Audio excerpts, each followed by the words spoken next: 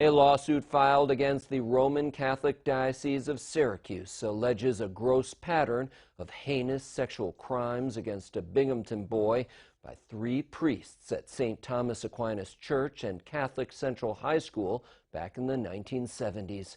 A caution that the following story includes sensitive material that may not be suitable for all viewers. The suit, filed by attorneys at Hinman, Howard, and Cattell under the state's Child Victims Act look-back window, accuses the priest at St. Thomas and a teacher and an administrator at Catholic Central of repeatedly raping, sodomizing, and sexually abusing the boy from the time he was 10 until he graduated at age 18.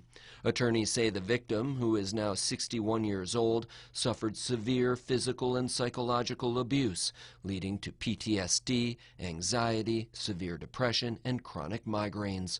News Channel 34 does not identify victims of sexual abuse. The accused are former priests Robert Closter, who was the rector at St. Thomas, David Pichette, who was a teacher at Catholic Central, and Thomas Zidar, who served as the school's principal and later the superintendent of Catholic schools in Broome County. The graphic abuse is laid out in a lawsuit that was filed in federal court in February. It alleges that the abuse began in 1969 when the plaintiff served as the lone altar boy for daily afternoon mass at St. Thomas. Father Closter allegedly kept him after services and subjected him to unwanted hugging, kissing, and making out. The suit says the abuse became much worse in 1973 when the victim entered Catholic Central, now named Seton Catholic Central.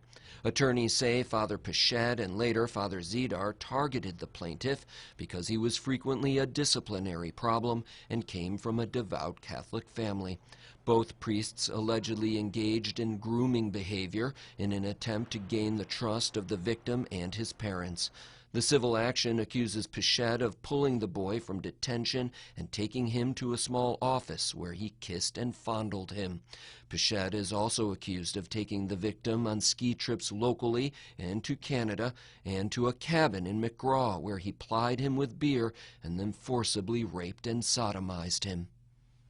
Zidar's abuse allegedly began during the teenager's junior year when the priest became principal at the school. Attorneys say Zidar would kiss and fondle the victim inside the principal's office. The suit alleges that Zidar eventually began taking the boy to his residence next door to the school at lunchtime, where he got him drunk and forcibly raped and sodomized him. The attorneys accuse the diocese of transferring the priests to different parishes and schools in an effort to cover up their sex crimes, both before they were assigned to Binghamton and after. Both Pichette and Zidar were defrocked after the U.S. Conference of Catholic Bishops issued the Charter for the Protection of Children and Young People in 2002. All 3 former priests were included in a list released by the Syracuse Diocese in 2018 of 57 priests who had credible sexual abuse allegations.